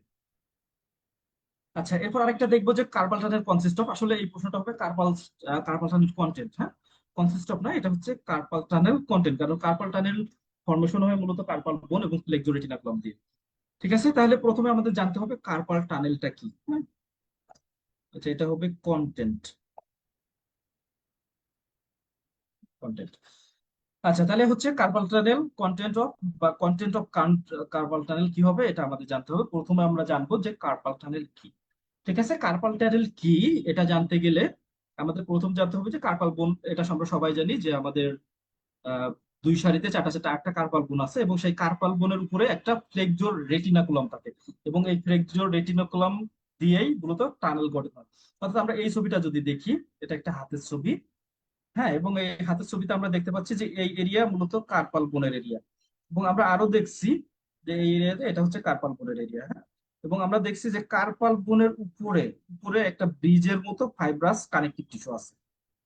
এর ফলে কি হলো, এর ফলে একটা হোল তৈরি হলো, এর মধ্যে দিয়ে একটা হোল তৈরি হলো, এবং হোলটাকে আমরা বলছি টানেল। অর্থাৎ একটা ভিতরের এরিয়া যেটা উপর দিক দিয়ে ছাওয়া থাকে, নিচের দিক দিয়েও বন্ধ থাকে, সেটাকে আমরা বলি টানেল। এবং যেহেতু এটা ফাইব্রাস স্ট্রাকচার দ্বারা আবদ্ধ হয়ে গেছে, অর্থাৎ এই কন্টেন্ট গুলো চাইলেই কিন্তু উপরে চলে যেতে পারবে না, এটা বাইরে বের হয়ে যাওয়ার ক্ষমতা নাই, এই জন্য এটা হচ্ছে আমাদের টানেল। ঠিক আছে, এবং এই টানেলের ভেতরে আমরা যেটা দেখবো যে এই টানেল কেমনে ফর্মেশন হয় এবং এই টানেলের কন্টেন্ট। ঠিক আছে, তবে হচ্ছে কি দিয়ে ফর্মেশন হয় এটা চেক আমাদের লাগে, যেটা কন্টেন্ট কি। তাহলে এটা হচ্ছে ফ্লেক্সো রেটিনাকুলাম, এছাড়া কার্পাল বোনের, অর্থাৎ প্রক্সিমাল এবং ডিস্টাল যে কার্পাল বোন আছে, তাদের প্রথম এবং শেষ যে বোনস তাদের সাথে এটার অ্যাটাচমেন্ট থাকে। এবং এর কন্টেন্ট কি, কন্টেন্ট আমরা দেখতে পাচ্ছি এখানে 1 2 3 4 5 6 7 8 9টা টেন্ডন লাগানো আছে এবং একটা নার্ভ আছে। 9টা টেন্ডন, সুতরাং আমাদের মনে হচ্ছে যে অনেক বেশি বেশি টেন্ডন, কিন্তু খুবই বেশি না, আমরা 3টা নাম দিয়েই এই 9টা মনে রাখতে পারবো। আর আমরা দেখছি একটা নার্ভ আছে, এটার নাম হচ্ছে মিডিয়ান নার্ভ। ঠিক আছে, তাহলে দেখি এই নামগুলো এবার আমরা একটু দেখে ফেলি কি কি নাম আছে। তাহলে প্রথম যেটা আমরা দেখি যদি, তাহলে আমরা দেখতে পাবো যে মিডিয়ান নার্ভ, যেটা আমাদের নার্ভ চলে গেল, এটা হচ্ছে মিডিয়ান নার্ভ। এছাড়া টেন্ডন, টেন্ডনের মধ্যে 4টা টেন্ডনের নাম হচ্ছে ফ্লেক্সোর, ডিজিটোরাম, সুপারফিশিয়াল। আর 4টা নাম হচ্ছে ফ্লেক্সোর, ডিজিটোরাম, প্রোফান্ডা। এখানে নাম দ্বারা কিন্তু খুব সহজে বোঝা যায় যে ডিজিটোরাম মানে কি, এরা ডিজিটে যাচ্ছে, আঙুলের মধ্যে যাচ্ছে। তাহলে ডিজিট মানে কি, আঙুলে যাচ্ছে, অর্থাৎ এগুলো এই কার্পাল টানেল দিয়ে সবই আঙুলে চলে যাবে, এই জন্য এদের নামের শেষে কিন্তু ডিজিট আছে। তাই সুতরাং এটা দিয়েও কিন্তু আমরা মনে রাখতে পারি যে ডিজিটোরাম সুপারফিশিয়ালিস, ডিজিটোরাম প্রোফান্ডা। এছাড়া আরেকটা থাকবে ফ্লেক্সোর পলিসিস লঙ্গাস, অর্থাৎ আমাদের যে থাম বা বৃদ্ধ আঙুল আছে সেটার জন্য যেটা, সেটার নাম হচ্ছে ফ্লেক্সোর পলিসিস লঙ্গাস। হ্যাঁ, তাহলে এই 3টা নাম দিয়ে আমরা 9টা মনে রাখবো। এখন কন্টেন্ট তো চলে গেল, ঠিক আছে, কোথায় কি সাপ্লাই দেয় আমাদের, আর মনে হয় এখানে এই ক্লিনিক্যাল ফিচার গুলো প্রশ্ন খুব বেশি মানে সুপার লেভেলের কঠিন না হলে এই দুইটা বক্স আসবেই না, কোনো দরকার হবে না আমাদের। এখন যদি এমন কোনো কিছু যদি হয় যে এখানে একটা টিউমার হলো, এখানে টিউমার হলে সে বড় হয়ে এগুলোকে চাপ দিবে, চাপ দিলে এ তো এখানে আটকে আছে, সুতরাং কি হবে, এই সমস্ত জিনিসের উপরে চাপ তৈরি হবে। মিডিয়ান নার্ভ যেহেতু নার্ভ, এ কি করবে, পেইন তৈরি করবে, ঠিক আছে। বা অন্য কোনো কিছু হলো, যে কোনো বনি ডিফর্মিটি হলো, হতে পারে না, যে রিমাটয়েড আর্থ্রাইটিস বা কোনো বোন ডিজিজের কারণে বোন গুলো হাইপারট্রফি হয়ে গেল, তখন কি এরা আবার চাপ দিয়ে বের উপর, সুতরাং তখন আবার রিস্পেন্ড হবে। সুতরাং কোন প্যাথোলজি যদি এই এরিয়াকে ইনভলভ করে ফেলে, বা অনেক সময় কি হয় হাইপোথাইরয়েডিজম, হাইপোথাইরয়েডিজমে কি হয় আমরা জানি যে কানেকটিভ টিস্যু গুলো সোলেন হয়ে যায়, কানেকটিভ টিস্যু গুলো বিভিন্ন প্রোটিন জমা হয়, গ্লাইকোজামাইডো গ্লাইক্যান্স বা প্রোটিগ্লাইক্যান্স বা এই জাতীয় বিভিন্ন প্রোটিন জমা হয়ে কি করে, যে সফট টিস্যু গুলোকে কি করে, হার্ড করে ফেলে বা সফট টিস্যুকে সোয়েলিং করে ফেলে, তখনও কিন্তু এর উপরে চাপ দিবে। অর্থাৎ যদি এমন কোনো প্যাথোলজি হয় যেটা এই কার্পাল টানেলকে এফেক্ট করে, তাহলে কিন্তু কার্পাল টানেল সিনড্রোম অর্থাৎ পেইন দেখা দেয়, ঠিক আছে। এখন সেগুলোর ব্যাকগ্রাউন্ড বা কি কি আছে, আমরা এখানে অনেকগুলো নাম দেখবো, কিন্তু এই নামগুলোর আমরা কিন্তু সরাসরি মুখস্থ না করলেও আমরা যদি এইটা শুধু এর ব্যাকগ্রাউন্ডটা মনে রাখি, আমরা সহজে মনে রাখতে পারবো। তাহলে দেখি কি আছে, মিক্সিডিমা। আমরা জানি মিক্সিডিমা মানেই হচ্ছে কি বিভিন্ন কানেকটিভ টিস্যু ফুলে ওঠে। এরপর হচ্ছে ইডিমা প্রিমেনস্ট্রালি, মানে কি মেনস্ট্রুয়েশনের আগেই যে ইডিমা হয়, ঠিক আছে। এরপরে ডায়াবেটিস মেলাইটাস যদি হয়, তাছাড়া ইডিওপ্যাথিক কারণে হতে পারে অ্যাক্রোমেগালি, অ্যাক্রোমেগালি তো কি হয়, বোনস গুলো সবই বড় বড় হয়ে যায়, বোন গুলো সবই বড় বড় হয়ে যায়, সুতরাং অ্যাক্রোমেগালিও কিন্তু একটা বড় ধরনের সমস্যা, ঠিক আছে। এরপর আপনার কি নিওপ্লাজম, ওখানে যদি কোনো টিউমার হয়, ট্রমা যদি কোনো কারণে ওখানে আঘাত পায়, আমরা জানি আঘাতের পরপরই ওই এরিয়াটা ফুলে যায়। এছাড়া আমাদের কি রিমাটয়েড আর্থ্রাইটিস যেটা বলছিল, অ্যামাইলয়েডোসিস, অ্যামাইলয়েডোসিস আমরা জানি যে অ্যামাইলয়েডোসিস মানে কি অ্যাবনর্মাল প্রোটিন ডিপোজিশন, এটা কি, এটা হচ্ছে অ্যাবনর্মাল প্রোটিন ডিপোজিশন। সুতরাং প্রোটিন ডিপোজিশন হলে সব জায়গায় ডিপোজিশন হবে, কার্পাল টানেলের মধ্যেও ডিপোজিশন হবে। এছাড়া প্রেগনেন্সিতে আমরা জানি প্রেগনেন্সিতে ফ্লুইড ওভারলোড হয়, প্রেগনেন্সিতে বিভিন্ন প্রোটিন বাড়ে, প্রেগনেন্সিতে বিভিন্ন ধরনের হরমোনের অ্যাকশন বাড়ে, সুতরাং এই সমস্ত এরিয়াতে কি বডি ওয়াশারটাকে রিচেঞ্জ করে, তখনই কার্পাল টানের উপর প্রেশার পড়ে, সুতরাং কি হয়, যা হয় সেটাই হয়, অর্থাৎ ব্যথা শুরু হয়, হ্যাঁ। তাহলে আমরা দেখি, তাহলে কন্টেন্ট কি হবে, এখানে আমাদের কি আছে, তিন ধরনের টেন্ডন আছে, এবং টেন্ডন গুলো সবই ডিজিট এবং পলিসিসের সাথে যুক্ত। আমরা দেখছি যে এখানে কোনো টেন্ডন নাই, নার্ভ আছে, এবং একটা ইম্পর্টেন্ট নার্ভ সেটা ছিল আমাদের মিডিয়ান নার্ভ, এবং আমরা অ্যান্সার দেখি এখানে মিডিয়ান নার্ভ। তাহলে এটাও আমাদের ক্লিয়ার, ঠিক আছে।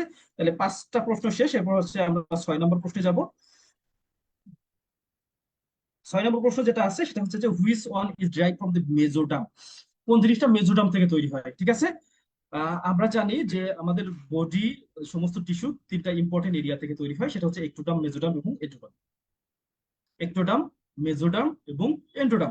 কিন্তু আমরা সহজে কিভাবে মনে রাখবো, আমরা দেখবো যে একটোডার্মের চ্যাটের মধ্যে 15-20টা ইনফরমেশন আছে, মেজোডার্মের মধ্যে অনেক অনেক অনেক কথাবার্তা লেখা আছে, এছাড়া এন্ডোডার্মের মধ্যে এরকম হাজার হাজার মানে হাজার হাজার না অনেকগুলো কথা লেখা আছে। তাহলে আমি কিভাবে মনে রাখবো সহজে, ঠিক আছে, কিছু ব্যতিক্রম ছাড়া খুব সহজে আমরা কয়েকটা পয়েন্ট দেখে ফেলি যে কিভাবে আমরা সহজে মনে রাখতে পারি। তাহলে দেখি যে একটোডাম, একটোডামের ক্ষেত্রে আমরা যেটা মনে রাখবো, একটো মানে আমরা জানি বাইরে, একটু মানে বাইরে, মেজো মানে মাঝখানে, আর এন্ডো মানে একেবারে ভিতরে, এভাবেই আমরা সহজে মনে রাখার চেষ্টা করবো। তাহলে একটোডাম মানে কি বাইরে, অর্থাৎ আমাদের বডি সার্ফেসের যত এরিয়া আছে, আমরা দেখি বডি সার্ফেসের কি কি এরিয়া আছে, ওপর থেকে দেখে একটা হচ্ছে যে আই, নোজ, তারপর হচ্ছে যে ইয়ার, এগুলো যে সেন্সরি এপিথেলিয়াম আছে এগুলো কিন্তু আমাদের একেবারে বাইরে। এছাড়া স্কিন এবং স্কিনের অ্যাপেন্ডিসেস যেগুলো আছে, যেমন হচ্ছে hair, sweat gland, sebaceous gland, এগুলো। এছাড়া তাহলে এগুলো হচ্ছে বাইরের জিনিস, আর কিছু ভিতরের জিনিস আমাদের স্পেশালি মনে রাখতে হবে, যেগুলো আমরা দেখি, এগুলো কি কি হতে পারে, এগুলো হতে পারে central nervous system, peripheral nervous system, এছাড়া পিটুইটারি, মেমারি, সোয়েট এবং অ্যানাবল অফ ডিজিট। অর্থাৎ বাইরের যত জিনিস আছে সবগুলো একটু সাথে আমাদের যত নার্ভাস সিস্টেম আছে এগুলো একটু। তাহলে এভাবে আমরা দুইটা শব্দ দিয়ে যদি মনে রাখি যে যত বাইরের আমাদের বাহ্যিক যত জিনিস আছে যতগুলো আমরা মোটামুটি দেখতে পাই, এবং তার সাথে নার্ভাস সিস্টেম, এগুলো হচ্ছে একটোডার্মের পার্ট, ঠিক আছে। এরপর হচ্ছে মেজোডার্ম, মেজোডার্মের ক্ষেত্রে আমরা তিনটা জিনিস মনে রাখবো, একটা হচ্ছে মায়োটোম মানে মাসল, স্কেলেটন মানে হচ্ছে আমার বোন কার্টিলেজ, আর হচ্ছে ডার্মাটোম মানে ডার্মিস, ত্বকের শুধুমাত্র ডার্মিস পার্টটা। তাহলে এভাবে মনে রাখবো যে আমাদের হাতের ক্ষেত্রে যদি আমরা মনে রাখি যে উপরে স্কিন চলে গেলে নিচে কি থাকলো, নিচে থাকলো ডিপ ফাসা, তারপরে কি থাকবে, তারপরে থাকবে মাসেল, তার নিচে থাকবে বোনস, এই তিনটা হচ্ছে মেজোরাম। এরপরে আসবো আমরা এন্ডোডাম, এন্ডোডাম হচ্ছে ভিতরের জিনিস, আমরা দেখি সবই ভিতরের জিনিস, কি জিআইটি, রেসপিরেটরি ইউরিনারি ব্লাডার, তারপর হচ্ছে যে প্যারেনকাইমা অব থাইরয়েড, এইগুলো একটু স্পেশালি আমাদের মনে রাখতে হবে, কারণ এগুলো আমাদের বাইরে বাইরে মনে হয় যে থাইরয়েড প্যারাথাইরয়েড, এগুলো আমাদের একটু বাইরে। লিভার প্যানক্রিয়াসের ক্ষেত্রে কোনো কনফিউশন হবে না, কিন্তু থাইরয়েড প্যারাথাইরয়েডের ক্ষেত্রে আমাদের একটু কনফিউশন হবে, এই জন্য এই দুইটা স্পেশালি মনে রাখতে হবে। এছাড়া epithelial lining of the tympanic membrane, auditory tube, এই দুইটাও আমাদের একটু ভুল হতে পারে। তাহলে আমরা দেখি যে একটোডাম, মেজোডাম এবং এন্ডোডাম বিভিন্ন বইয়ে আমরা যখন পড়বো তখন অনেক অনেক অনেক উদাহরণ, কিন্তু ওই অত উদাহরণে আমরা যাব না। আমরা কি করব, আমরা জাস্ট এভাবে খুব সংক্ষেপে মনে রাখবো যে এক্টোডাম হবে আমাদের surface, surface plus nervous system, nervous system. Mesoderm হবে আমাদের বোন কার্টিলেজ, বোন কার্টিলেজ, মাসেল এবং ডার্মিস। এখানে ভুল হওয়ার জায়গাটা হচ্ছে ডার্মিস, ডার্মিসটা আমরা ভুলে যেতে পারি। হ্যাঁ, স্পেশালি ডার্মিস, স্পেশালি কোনটা, ডার্মিসটা আমরা ভুলে যেতে পারি। হ্যাঁ, সুতরাং ডার্মিসের ক্ষেত্রে আমরা আলাদা করে নজর দিতে হবে। আর এন্ডোডার্মের ক্ষেত্রে আমার সবই মনে থাকবে, সবই ভিতরের গুলা, শুধু হচ্ছে থাইরয়েড, প্যারাথাইরয়েড, টিম্প্যানিক ক্যাভিটি এবং অডিটরি টিউব, এই চারটা আমাদের এক্সট্রা মনে রাখতে হবে।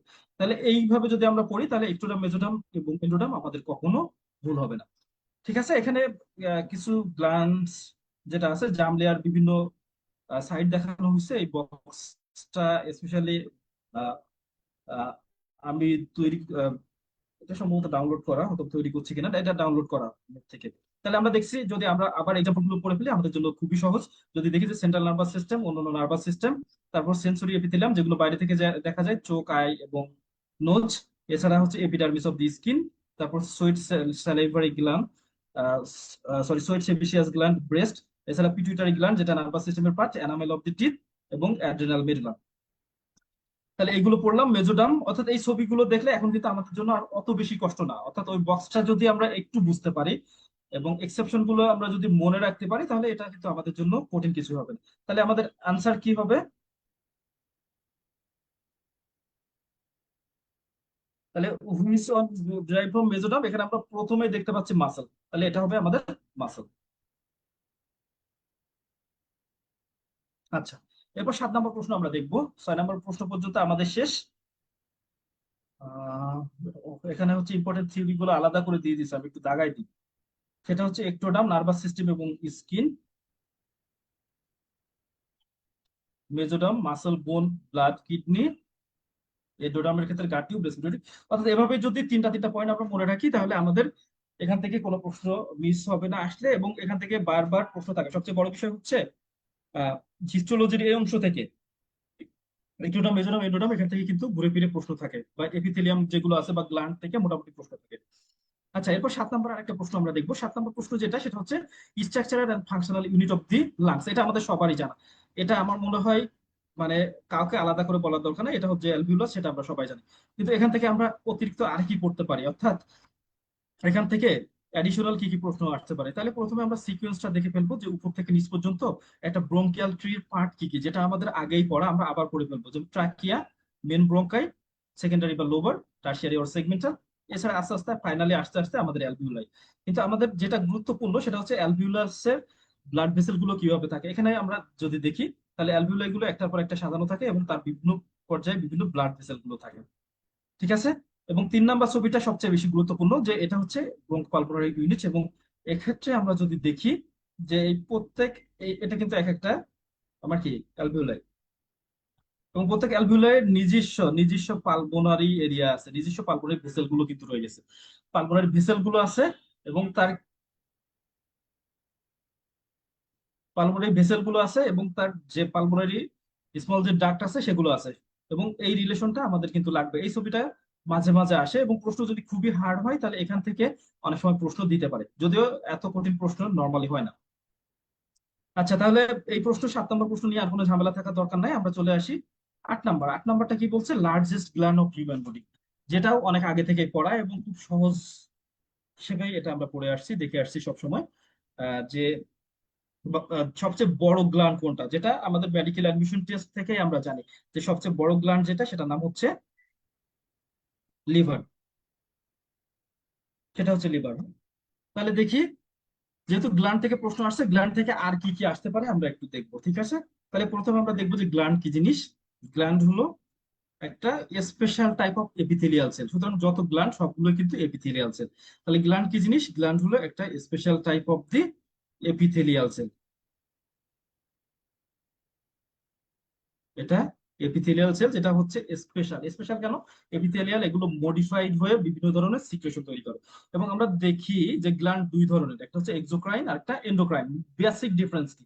এখান থেকে প্রশ্ন আসলে মেন যেটা আসবে যে এক্সোক্রাইন এবং এন্ডোক্রাইনের মধ্যে বেসিক ডিফারেন্স কি, বা এন্ডোক্রাইন গ্ল্যান্ডের কি থাকে। এখানে আমরা দেখি যে এক্সোক্রাইন গ্ল্যান্ড যেটা, এই এক্সোক্রাইন গ্ল্যান্ডের সিক্রেশন গুলো নেওয়ার জন্য নির্দিষ্ট একটা ডাক্ট আছে, নির্দিষ্ট একটা ডাক্ট আছে। অন্যদিকে আমরা যদি এন্ডোক্রাইন গ্ল্যান্ড দেখি, তাহলে আমরা দেখবো যে এন্ডোক্রাইন গ্ল্যান্ডকে ইনসার্কেল করে আছে ব্লাড ভেসেল। সুতরাং এন্ডোক্রাইন গ্ল্যান্ড নিজস্ব কোনো ডাক্ট নেই, এটা সরাসরি ব্লাড ভেসেলে যে হরমোন গুলো আছে হরমোন গুলো ছেড়ে দেয়। আমরা জানি যে এন্ডোক্রাইন গ্ল্যান্ড থেকে যেগুলো আসে সেগুলোর নাম হচ্ছে হরমোন, আর এক্সোক্রাইন থেকে যেগুলো আসে সেগুলো হচ্ছে মেইনলি এনজাইম, এবং এনজাইম গুলো ডাক দিয়ে নির্দিষ্ট এরিয়াতে পৌঁছে। তাহলে এই এক্সোক্রাইন এবং এন্ডোক্রাইন এদের মধ্যে যদি বলা হয় একটা ডিফারেন্স, সিঙ্গেল ডিফারেন্স, যেটা থেকে প্রশ্ন আসতে পারে, ইনভেরিয়েবলি বিভিন্ন পরীক্ষায় প্রশ্ন আসে, সেটা হচ্ছে ডাক্ট আছে এবং ডাক্ট নাই। একটা মাত্র শব্দ, একটা হচ্ছে যে ডাক্ট আছে অথবা ডাক্ট নাই। এটা দিয়েই কিন্তু প্রশ্ন হয়, এমসিকিউ বলি আর হচ্ছে এসবিএ। ঠিক আছে, আমরা ইভেন বিভিন্ন রেসিডেন্সি পরীক্ষার সময়ও যদি হচ্ছে এক্সোক্রাইন এন্ডোক্রাইন নিয়ে প্রশ্ন থাকে, এই ডাক্ট রিলেটেড শব্দটা সবসময় থাকে। সুতরাং যদি একটু চেঞ্জ করে প্রশ্ন দিতে চাই, এখান থেকে কিন্তু প্রশ্ন দেওয়ার অপশন আছে। ঠিক আছে, তাহলে গ্ল্যান্ড সম্পর্কে মানে অতিরিক্ত আমরা কিছু পড়বো না, কারণ এগুলো ক্লাসের সময় আমরা ডিটেলসে আরো দেখে ফেলবো। এরপর আমরা যদি দেখি যে গ্ল্যান্ড গুলো আবার বিভিন্ন ভাবে আমরা ভাগ করতে পারি, যেমন হতে পারে ইউনিসেলুলার, মাল্টিসেলুলার, অর্থাৎ এক সেল দিয়ে গঠিত নাকি অনেকগুলো সেল দিয়ে গঠিত। এছাড়া হতে পারে মেরোক্রাইন, অ্যাপোক্রাইন এবং হলোক্রাইন, অর্থাৎ সেল কি পরিমাণ ডিস্ট্রাকশন হচ্ছে। যেমন মেরোক্রাইনে কোনো সেল ডিস্ট্রাকশন হয় না, শুধু সরাসরি হরমোন পাঠিয়ে দেয়। যেগুলো অ্যাপোক্রাইন সেগুলো হচ্ছে সেলের এপিক্যাল পার্শ্ব ছুটে ব্লাডের কাছে চলে আসে। যেগুলো হলোক্রাইন সেখানে হচ্ছে হোল গ্ল্যান্ডটাই ডিস্ট্রাকশন হয় এবং পরে আবার নতুন করে তৈরি হয়। তাহলে এই নাম দিয়ে কিন্তু আমরা বুঝতে পারছি মেরোক্রাইন, এখানে অ্যাপোক্রাইন, অ্যাপোক্রাইন অর্থ হচ্ছে অ্যাপেক্স, হলো মানে হোল, হলো মানে হোল অর্থাৎ পরিপূর্ণটাই। এভাবে নাম দিয়ে কিন্তু আমরা মনে রাখি। এছাড়াও বিভিন্ন ব্রাঞ্চ দিয়েও কিন্তু বিভিন্ন ভাগ আছে, এভাবেও আমরা দেখে নিতে পারি। ঠিক আছে, এবং সবগুলোর একটা সামারি বক্স আছে, এখান থেকে আমরা সামারি বক্স দিয়েও খুব সহজে মনে রাখতে পারবো। আচ্ছা, তাহলে হচ্ছে এটাও শেষ। এরপর আমরা 9 নম্বরে চলে আসবো। 9 নম্বরে যেটা আসে সেটা হচ্ছে nerve responsible for sensation of the smell. ঠিক আছে, এটাও সরাসরি প্রশ্ন এবং এটা আমাদের ভুল হওয়ার কথা না। ঠিক আছে, এটা আমাদের ভুল হওয়ার কথা না, কিন্তু এই প্রশ্নটা ভুল হবে না, কিন্তু এখান থেকে যদি একটু প্রশ্নটা কঠিনে চলে যায় বা এই রিলেটেড একটু কঠিন প্রশ্ন দেয়, তখনই আমাদের ভুল হবে। আমরা জানি যে এটা সেন্সেশনটা, স্মেলটা কিসের মধ্যে দিয়ে যায়, এটা হচ্ছে সেন্সেশনটা মেইনলি যায় অলফ্যাক্টরির মধ্যে দিয়ে। ঠিক আছে, এখান থেকে আমরা যেটা পড়ে ফেলবো সেটা হচ্ছে আমাদের যে 12 পেয়ার ক্রেনিয়াল নার্ভ আছে, এই ক্রেনিয়াল নার্ভ গুলো আমাদের এখান থেকে পড়তে হবে। ঠিক আছে, এবং 12 পেয়ার যে ক্রেনিয়াল নার্ভ সেগুলোর নাম আমরা সবাই জানি, তবুও আবার একটু রিক্যাপিচুলেট করতে হবে।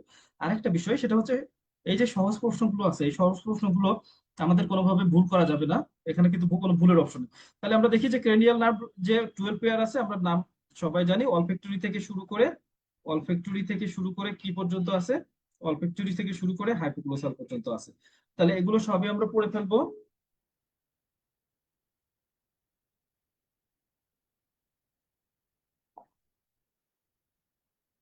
এগুলো সবই আমরা পড়ে ফেলবো এবং সাথে সাথে আমরা কি করব,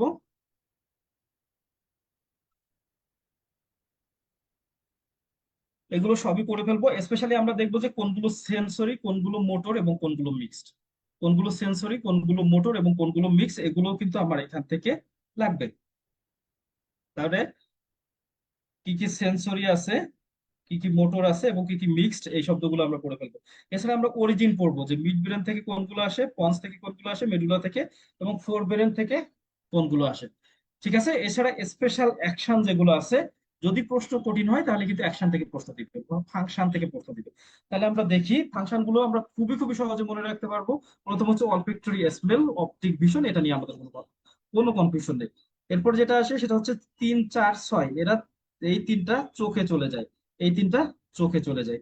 ট্রাইজেমিনাল যেটা, এটা মুখে আসে, এটা মুখে আসে। আমরা বড় হেডলাইনে করে ফেলবো, তাহলে সবগুলো আমাদের জন্য মনে রাখা সহজ হবে। হ্যাঁ, বড় হেডলাইনে করে ফেলবো। এরপর হচ্ছে ফেসিয়াল নার্ভ যেটা, এটা ফেসে যায়, এছাড়া ভেস্টিবুলো ককলিয়ার আমরা জানি হিয়ারিং ব্যালেন্স, এভাবে আমরা কিন্তু সবই নাম দিয়ে মুখস্থ করে ফেলতে পারবো। গ্লোসো ফ্যারিঞ্জিয়াল, দুইটা টার্ম, একটা হচ্ছে গ্লোসো আর একটা হচ্ছে ফ্যারিঞ্জিয়াল। গ্লোসো মানে হচ্ছে টাং, তাহলে এটা টাঙে সাপ্লাই দিবে, আবার ল্যারিংসেও সাপ্লাই দিবে। ভেগার যেটা, এটা হচ্ছে থোরাক্স এবং অ্যাবডোমেনের একটা বড় এরিয়া কভার করে। অ্যাক্সেসরি দুইটা ইম্পর্টেন্ট মাসল দিবে, একটা হচ্ছে স্টার্নাকুলাইটোমাস্টয়েড এবং ট্রাপিজিয়াস। ঠিক আছে, তাহলে এভাবেই আমরা যদি বুঝতে করে ফেলি তাহলে আমাদের জন্য কিন্তু সহজ, মিডিয়াম বা কঠিন যে প্রশ্নই আসুক আমরা মোটামুটি আনসার করতে পারবো। ঠিক আছে।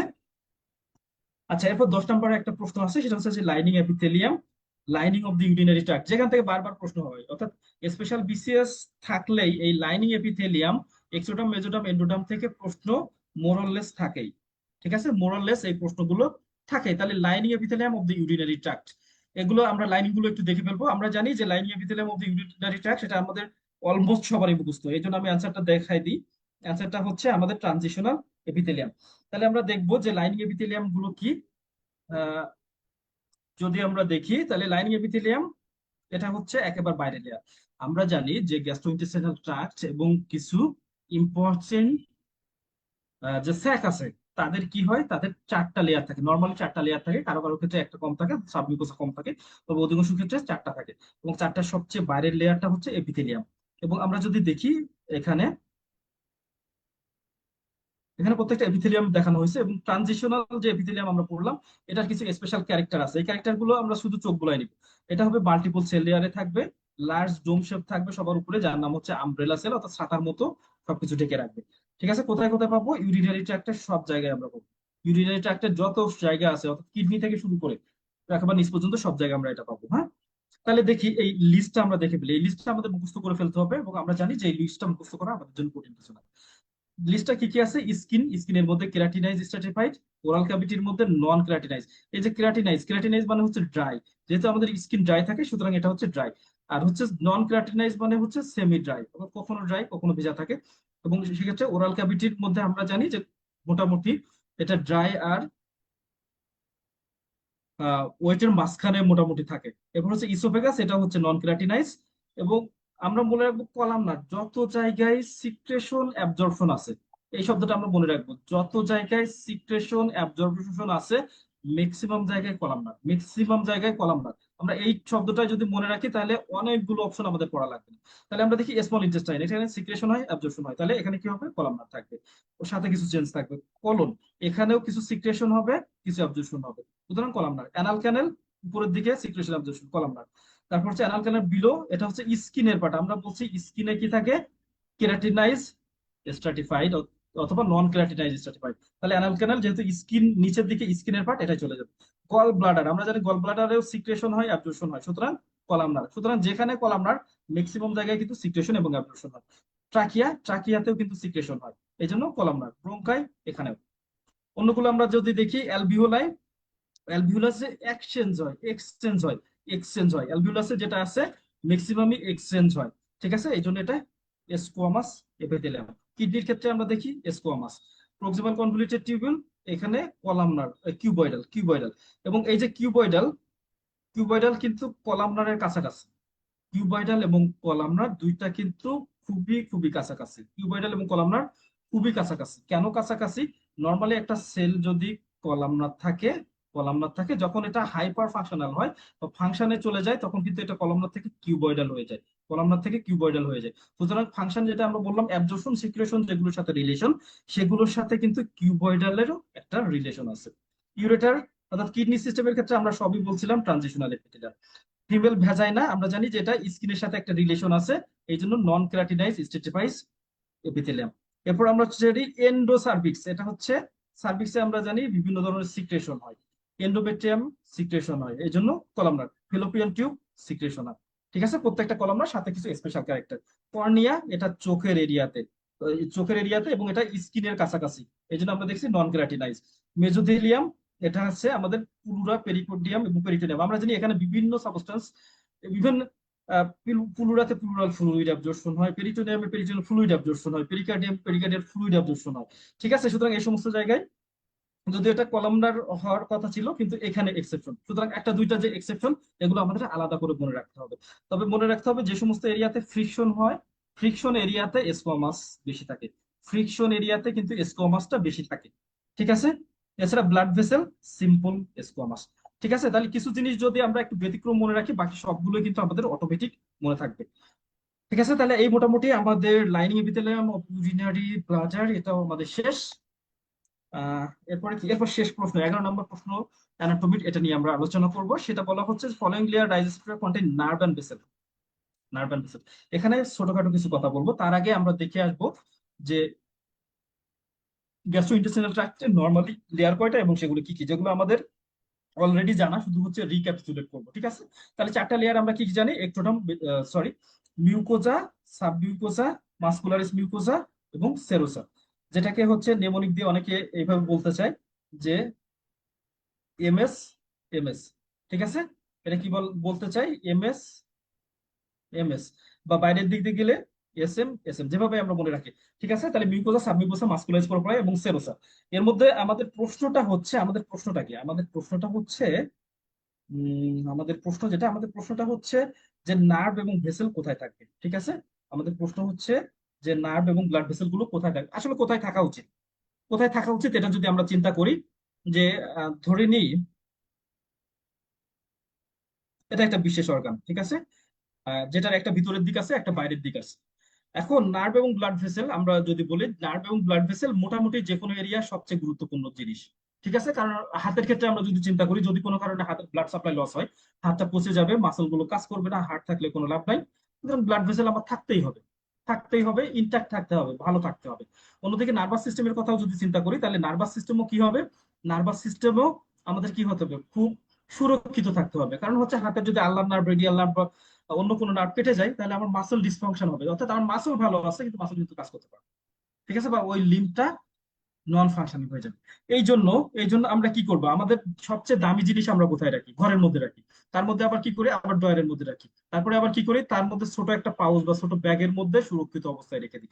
এমনি ভাবে যেহেতু যে কোনো এরিয়ার জন্য ব্লাড ভেসেল এবং নার্ভ খুবই জরুরি, এজন্য এটা কখনোই সুপারফিশিয়াল লেয়ারে থাকবে না। কিছু কিছু এরিয়াতে এটা সুপারফিশিয়ালি চলে আসে, যেটা দরকার, যেমন আমরা আল্লাহর ক্ষেত্রে বিবিডিয়াল এপিকন্ডাইলে দেখবো যে ওখানে নার্ভ চলে আসছে, বা আরো বাইরে যখন চলে যাবো তখন দেখবো যে রেডিয়াল আর্টারি আমাদের সুপারফিশিয়াল আসছে, বা ফিমোরাল আর্টারি আমাদের সুপারফিশিয়াল আসছে। কিছু কিছু জায়গায় কিন্তু সুপারফিশিয়াল আসে, কিন্তু অ্যাজ এ হোল, মানে ইন জেনারেল চিন্তা করলে সবচেয়ে ভ্যালুয়েবল জিনিসগুলো কি থাকবে, ভেতরের দিকে থাকবে। তাহলে আমরা বললাম যে 4টা লেয়ার ছিল না, একটা, দুইটা, তিনটা, 4টা। তাহলে কি আমি সবচেয়ে বাইরে রাখতে চাইবো, সবচেয়ে বাইরের লেয়ারে রাখতে চাইবো না, সবচেয়ে ভিতরের লেয়ারে কি রাখতে চাইবো, রাখতে চাইবো না। তাহলে কোন লেয়ারে আমরা রাখতে চাইবো, এই 2 লেয়ারের মধ্যে রাখতে চাইবো। তাহলে আমরা এই 2টা লেয়ার যদি দেখি, যে আমরা একেবারে ভিতরের যে লেয়ার মিউকোসা এখানে রাখতে চাইবো না। কারণ কি, যে কোনো ইনজুরিয়াস এজেন্ট যদি আসে, তাহলে আমরা ব্লাড ভেসেল এবং নার্ভটা ইনজুরি হতে পারে, আমরা সেটা চাই না। ঠিক আছে, 2 নম্বর বিষয় হচ্ছে সেরোসা যেখানে আছে এটা সবার বাইরে, সুতরাং বাইরের কোনো আঘাত ক্ষতিগ্রস্ত করবে ভ্যালুয়েবল জিনিস আমরা এখানে রাখবো না। তাহলে ভ্যালুয়েবল জিনিস আমাদের হয় সাবমিউকোসাতে রাখবো অথবা মাসকুলারিস প্রোপ্রায়াতে রাখবো, হয় সাবমিউকোসাতে রাখবো অথবা মাসকুলারিস প্রোপ্রায়াতে রাখবো। আচ্ছা, এই 2টার মধ্যে আবার যদি আমরা চিন্তা করি, মাসকুলারিস প্রোপ্রায়া এটা কি, এখানে থাকে মাসল, মাসল গুলো তো সবসময় দ্রুত কাজ করে। সুতরাং এখানে যদি আমি ব্লাড ভেসেল এবং নার্ভ রেখে দিই, তাহলে কি নার্ভের ইনট্রাপমেন্ট হওয়ার একটা বড় পসিবিলিটি আছে। কোনো কোনো মাসলের জায়গায় কিন্তু নার্ভ পাস করে, আছে অনেক লিগামেন্টের কাছাকাছি পাস করে, কিন্তু নর্মালি কিন্তু আমরা চাইবো না যে সবচেয়ে গুরুত্বপূর্ণ ব্লাড ভেসেল গুলো এর মধ্যে দিয়ে দিতে। আমরা চাইবো না যে সবচেয়ে বেশি বেশি ইম্পর্টেন্ট যে নার্ভস গুলো যে আছে সেগুলো এর মধ্যে দিতে। তখন আমরা কি করবো, এগুলো আমরা সাবমিউকোসা দিব। কারণ কি, সাবমিউকোসা একটা ফ্লেক্সিবল এরিয়া, এখানে আছে কোলাজিন, কোলাজেন, এখানে আছে ইলাস্টিন, এ জায়গায় সে স্থিতিস্থাপকের মতো কাজ করে, এই জন্য আমরা এই জায়গাটা ভেসেল গুলো রাখবো। তাহলে আমরা অন্য সব জায়গায়, এটা শুধু এখানেই যে বিষয়টা এরকম না, কিছু ব্যতিক্রম এরিয়া ছাড়া ব্লাড ভেসেল এবং নার্ভ গুলো সবসময় আমরা সুরক্ষিত এরিয়াতে রাখবো। আমরা দেখবো যে সবসময় সুরক্ষিত এরিয়া রাখবো। যেমন আমি থোরাক্সের কথা যদি চিন্তা করি, তাহলে দেখি ব্লাড ভেসেল গুলো কোথায় আছে, একটা মেজর অংশ আছে কিন্তু পেছনে ব্যাকবোনের কাছাকাছি। অ্যাবডোমেনের ক্ষেত্রেও কিন্তু একই, যে ব্যাকবোনের ঠিক 2 পাশে বা সামনে বা আশেপাশেই সবচেয়ে ইম্পর্টেন্ট ব্লাড ভেসেল, সবচেয়ে বেশি নার্ভ সেই পাশ দিয়ে যায়। আমরা দেখি আমাদের ব্রেন, স্পাইনাল কর্ড, এগুলো নার্ভাস সিস্টেম, এবং কত শক্ত একটা আবরণ দিয়ে আবৃত করা আছে। সুতরাং যখনই আমরা এই ধরনের লোকেশন বলবো যে ব্লাড ভেসেল নার্ভের লোকেশন, আমরা আমাদের যদি কিছুই না জানা থাকে, আমরা মনে রাখবো যে এটা সুরক্ষিত জায়গায়, কোনো ডিপ জায়গায় থাকবে। তাহলে আমরা কোথায় দিব, আনসার আমাদের অলরেডি হয়ে গেছে আলোচনায়, সেটা হচ্ছে সাবমিউকোসা। ঠিক আছে, আই থিংক না আর কোনো স্লাইড নাই, আজকের এই পর্যন্ত। ঠিক আছে, আজকের এই পর্যন্ত। আশা করি আমি চেষ্টা করছি একটু সহজভাবে উপস্থাপন করার জন্য এবং জিনিসগুলো মেমোরেবল করার জন্য, জিনিসগুলো মেমোরেবল করার জন্য। অর্থাৎ এত বড় একটা চার্ট আমরা পড়ে মুখস্থ করে ফেলতে পারবো না, কিন্তু এর পেছনের ব্যাকগ্রাউন্ডটা যদি বলে দিতে পারি, তাহলে আমাদের জন্য কিন্তু মনে রাখা কোনো ব্যাপারই না, কোনো ব্যাপারই না। এবং বিসিএস যেহেতু একটা লম্বা সিলেবাস, অনেক লম্বা সিলেবাস, এখানে হচ্ছে আমাদের ফার্স্ট ইয়ার থেকে ফিফথ ইয়ার পর্যন্ত প্রায় যে 10টা 11টা বই আছে সবগুলোই আমাদের পড়তে হচ্ছে। এছাড়া জেনারেলের একটা হিউজ অংশ আমাদের রয়ে গেছে। এই জন্য আমরা এমন ভাবে পড়বো যেন মুখস্থ রাখতে পারি। আর এখানে তো হচ্ছে আমাদের থাকবে এসবিএ।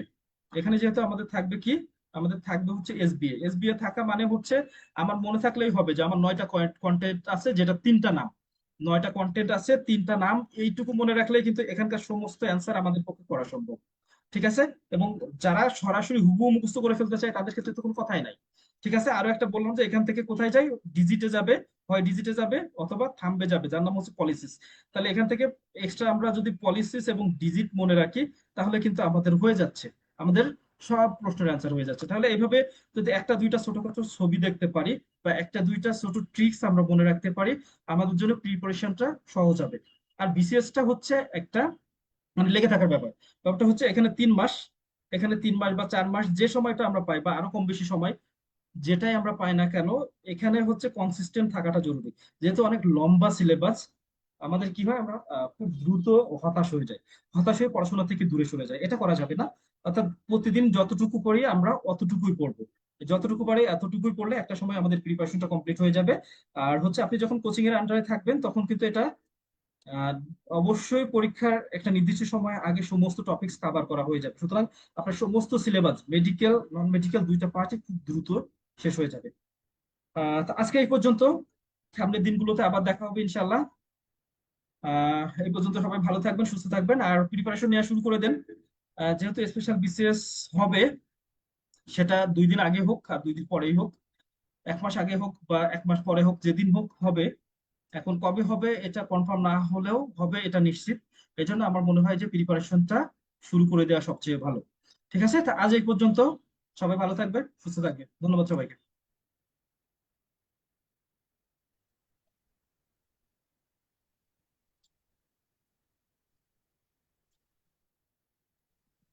নাইমুর।